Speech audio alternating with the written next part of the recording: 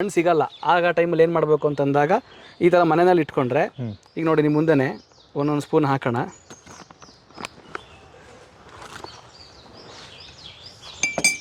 So ನಾನು ಇದಕ್ಕೆ ಸಕ್ಕರೆ ಆಗಲಿ ಬೆಲ್ಲ ಆಗಲಿ ಏನಾದರೂ ಮಿಕ್ಸ್ ಮಾಡ್ತಾ ಇಲ್ಲ.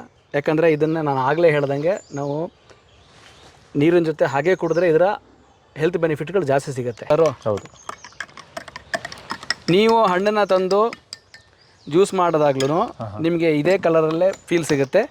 ಅದು ಒಂದು ಸ್ವಲ್ಪ ಪಲ್ಪ್ ಜಾಸ್ತಿ ಇರುತ್ತೆ, ಇದು ಪೌಡ್ರ್ ಇರೋದ್ರಿಂದ ಪೌಡ್ರ್ ಇರುತ್ತೆ. ಸೊ ನಾವು ಹಣ್ಣು ಸಿಗದೇ ಇರೋ ಟೈಮಲ್ಲಿ, ಈಗ ನಮ್ಮಲ್ಲಿ ಹಣ್ಣು ಬರೋದಕ್ಕಿಂತ 4 ವರ್ಷ 5 ವರ್ಷ ಈಗ ರೈತರುಗಳು ಬೆಳೀತಿರೋದ್ರಿಂದ, ಸೊ ಅಲ್ಲಿ ತನಕ ನಮಗೆ ಈ ಪೌಡ್ರ್ಗಳನ್ನೇ ನಾವು ಜನರಿಗೆ ಕೊಡಬೇಕು, ಇದ್ರ ಹೆಲ್ತ್ ಬೆನಿಫಿಟ್ನ ಜನರು ತೊಗೊಬೇಕು ಅಂತ ನಾನು ಆಸೆ ಪಟ್ಟು ಇವಾಗ ಶ್ರೀಲಂಕಾ ತನಕ ಹೋಗಿ ಕಲಿತು ಇಲ್ಲಿ ಈಗ ಉತ್ತರ ಭಾರತದಲ್ಲಿ ನಾನು ರೆಡಿ ಮಾಡಿಸ್ತಾ ಇದ್ದೀನಿ. ಮಾರ್ಚ್ ಎಂಡಲ್ಲಿ ನಾನು ನಿಮಗೆ ಪೌಡ್ರನ್ನ ಎಲ್ಲರಿಗೂ ಸಪ್ಲೈ ಕೊಡೋಕ್ಕೆ ನಾನು ಶುರು ಮಾಡ್ತೀನಿ. ದಕ್ಷಿಣ ಭಾರತದಲ್ಲಿ ಕುಡಿದು ನೋಡೋಣ.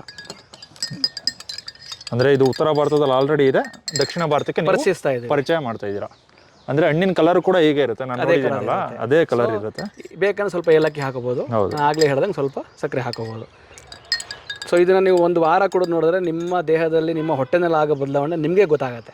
ಎಷ್ಟು ಸ್ಮೂತ್ ಫ್ಲೋ ಆಗುತ್ತೆ ಅಂತಂದರೆ ಕಾನ್ಸ್ಟಿಪೇಷನ್ ಇರೋರಿಗೂ ತುಂಬ ಅದ್ಭುತವಾದಂಥ ಒಂದು ಡ್ರಿಂಕ್ ಅಂತ ಹೇಳ್ಬೋದು. ಹಾಂ ಸರ್. ಸೊ ಎಲ್ರಿಗೂ ಪರಿಚಯ ಮಾಡ್ತಾ ಇಬ್ಬರು ಒಂದ್ಸಲ ಕುಡಿದು ನೋಡೋಣ. ಕುಡಿಯೋಣ ಸರ್. ಕುಡಿದ ನಂತರ ಸಣ್ಣ ಕಹಿ ಕಾಣುತ್ತೆ, ತೊಂದರೆ ಇಲ್ಲ, ಆರೋಗ್ಯಕ್ಕೆ ಒಳ್ಳೇದು. ಅಂದರೆ ಅಷ್ಟು ಕಹಿ ಸಹಿಸ್ಕೋಬೋದು. ದಿನದಲ್ಲಿ ಜನ ಹೌದು ಹಾಗಲಕಾಯಿ ಜ್ಯೂಸ್ ಇರ್ಬೋದು, ಅಮೃತ ಬಳ್ಳಿ ಜ್ಯೂಸ್ ಇರ್ಬೋದು, ಎಲ್ಲ ಕಷಾಯಗಳು ಕುಡಿತಿರೋ ಟೈಮಲ್ಲಿ ಇದು ಎಷ್ಟು ಆಂಟಿ ಆಕ್ಸಿಡೆಂಟ್ಸ್ ಇರೋಂಥ ಒಂದು ಡ್ರಿಂಕ್ ಆಗಿರೋದ್ರಿಂದ ಜನ ಒಂದ್ಸಲ ಕುಡಿಯೋಕ್ಕೆ ಶುರು ಮಾಡಿದ್ರೆ ಅವ್ರಿಗಿದ್ರ ಉಪಯೋಗ ಕಂಡು ಬಂದ ಮೇಲೆ ತನ್ನಂತಾನೆ ಆಟೋಮೆಟಿಕ್ಕಾಗಿ ಕುಡಿತಾರೆ.